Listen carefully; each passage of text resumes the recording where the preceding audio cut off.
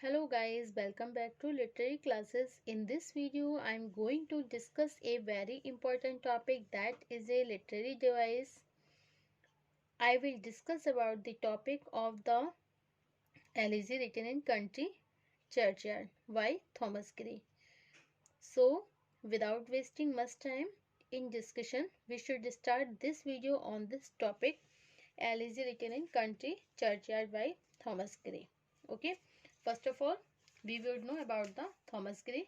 Thomas Gray कौन थे और इनका जन्म कब और कहाँ हुआ. ओके, तो पहले हम जानेंगे थॉमस ग्रे के बारे में. Thomas Gray was born in 1716. 1716 में इनका जन्म हुआ था 26 दिसंबर.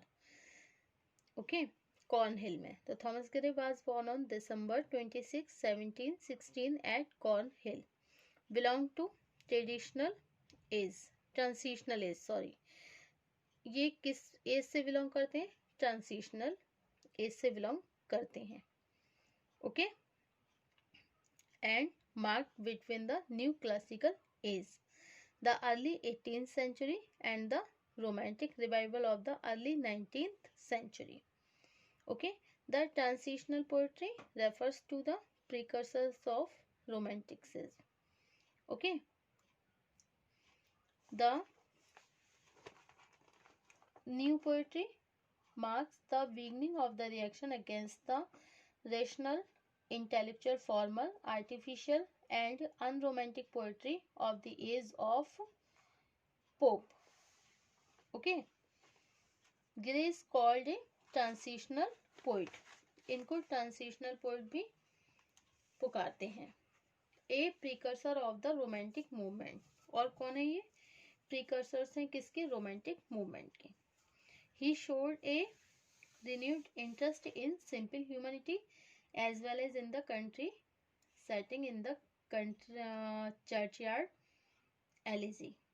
Okay, here the ordinary physical description of nature and the other related various aspects shows his interest to go back to nature like rushes. Okay, Gray as a classist. As a classist, Gray make a abundant use of the artifice employed by the Augustan, Latin, inversions, antithesis and balance. Peeling of the epithets are all used by Gray, denotes classicism. Okay. Odes are the finest fruit of his mature work. His early odes, the odes to spring, ode to autumn, ode to adversity, express the sentiments that are proper to elegy than to the ode. Okay. Gray's elegy written in country churchyard began as a general elegy on the fate of the mankind. ये grey की जो elegy है country churchyard, okay, ये शुरू हुई है general elegy. General एक सामान्य शोक गीत है on the fate of the mankind, मनुष्य के फेट पर. Okay, dead for fathers will no longer enjoy the beauty of the early morning and kisses of their wife and children. कि जो मृत पूर्वज हैं वो लंबे समय तक एंजॉय नहीं कर पाए. किसका? ब्यूटी का. किसकी? जो अर्ली मॉर्निंग, जो सुबह होती है, सुबह की सुंदरता का वो पूरी तरह से आनंद नहीं ले पाए और ना ही अपने बच्चों को और अपने परिवार को किस कर पाए. The following lines are full with pathos. Okay, for them no more blazing hearth shall वन or busy housewife ply her evening care. Okay,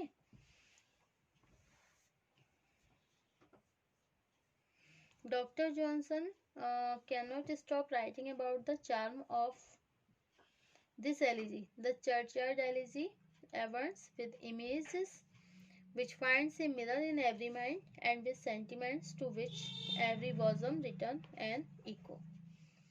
Okay. In short, Gray is a transitional poet because many of his poetic characteristics belong to classical school, but in its breaking away from heroic couplet, using 4 lines, village stanza, universal and humanistic theme. He came forward to the romantics. He wrote little, but whatever he wrote made him one of the chief glories of the English poetry. Okay, तो first आएगा हमारा the curfew tolls the knell of parting day. The curfew tolls the knell of parting day. After the introduction of the Thomas Gray, we should start this video on the poetic stanza. Okay, तो हम poetic stanza पढ़ते हैं Elegy written in country churchyard का. The curfew tolls the knell of parting day. The lowing hard wind slowly over the lea. The ploughman homeward plods his weary way, and leaves the world to darkness and to me. Okay. The ringing of the curfew. It's mean that the ringing of the curfew, the evening church bell in the village. The ringing of the curfew, the evening church bell in the village, shows that the day has come to an end.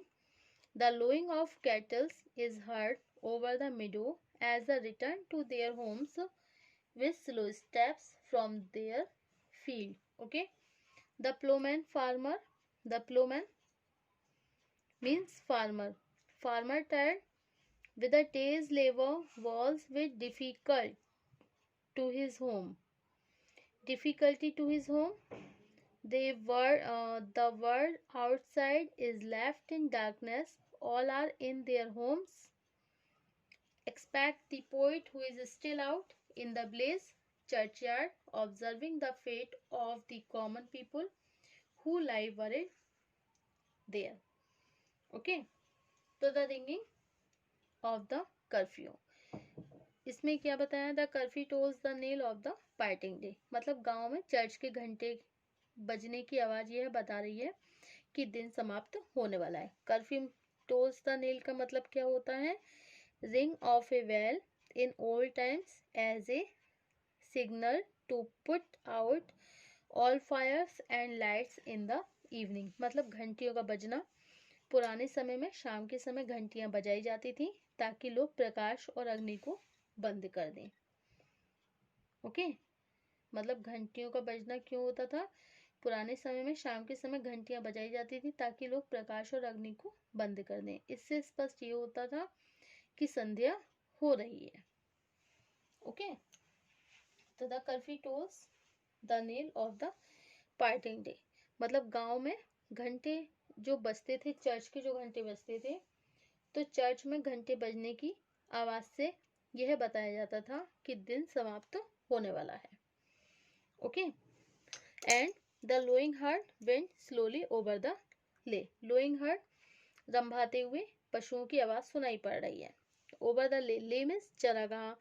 लोइंग heard माने रंभाते हुए पशुओं का झुंड.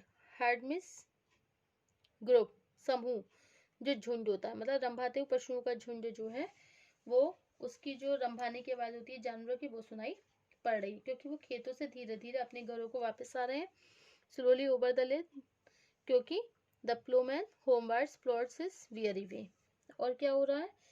जो किसान है अपने संपूर्ण दिन के कठिन परिश्रम से थका हारा अपने घर लौट रहा है. जो किसान है पूरे दिन का उन्होंने काम समाप्त कर लिया. होमवर्ड प्लॉट्स खेतों को जोत लिया. अब वियरी वे थक कर होमवर्ड अपने घर वापस आ रहे हैं. और प्लोमैन मीन्स क्या होता है? किसान. Okay. And loves the world to darkness and to me. और क्या हो रहा है? समस्त संसार में अंधकार फैल गया है, छोड़ दिया है. वर्ल्ड मीन्स संसार, लीव माने छूट गया, डार्कनेस मीन्स अंधेरा, एंड टू मी. और क्या है?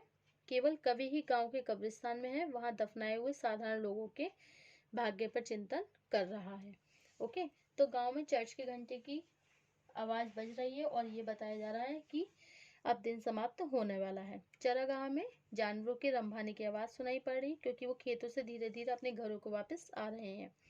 किसान अपने पूरे दिन की थकान से अपने घर वापस लौट रहे हैं और पूरे सारे मतलब संसार में अंधकार फैल गया है, सभी लोग अपने घरों में हैं, केवल कवि ही कब्रिस्तान में है और वहां दफनाए हुए साधारण लोगों के भाग्य पर चिंतन कर रहा है।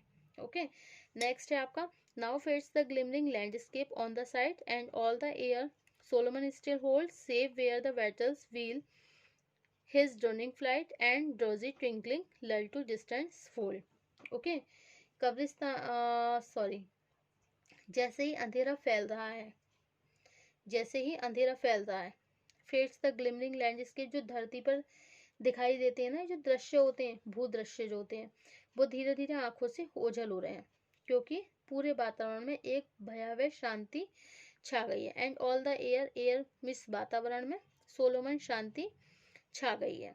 Save where the beetles wheel his droning flight, वहां पे केवल क्या बचा है, उस प्रकाश में, इस सौम्य प्रकाश में आकाश में उड़ते हुए भौरों के गुंजन तथा किसी दूर बाड़े में भेड़ों के गले में जो घंटियां बजती है ना, उनकी आवाजों से भंग हो रही है। Okay, where the beetles wheel, दूर किसी बाड़े में बैटल्स, जो भौरे जो होते हैं वो गूंजते हैं, ड्रोनिंग फ्लाइट जब वो उड़ते हैं और उनकी आवाजें होती है। एंड ड्रॉजी ट्विंकलिंग लल द डिस्टेंस फोल्ड, और क्या हो रहा है, किसी दूर बाड़े में भेड़ों के गले में जो बंधी हुई घंटियां हैं उन घंटियों की आवाजों से भंग हो रही है। क्या, सौम्य शांति में आकाश में उड़ते हुए भौरों का जो गुंजन हो रहा है। ओके, तो जैसे ही अंधेरा फैलता है, भूदृश्य सब आंखों से ओझल हो जाते हैं, समस्त वातावरण में शांति छा गई है और यह सौम्य शांति आकाश में उड़ते हुए भौरे के गुंजन तथा किसी दूर बाड़े में भेड़ों के गले में बंधी हुई घंटियों की आवाजों से भंग होती है। Okay, as it's grows darker the landscape is gradually lost to the view, awful silence pervades the whole atmosphere. It is broken only by the drowsy hum of the waiters as it flies in a cries and the lull monotonous sound of the bells which lull into sleep the sheep in their fold at a distance. Okay, so this is the explanation of this stanza. Next होगा हमारा safe from the yonder ivy mantle, safe from the yonder ivy mantle tower, next stanza हमारे next turn पे। Okay, thank you for watching my YouTube channel.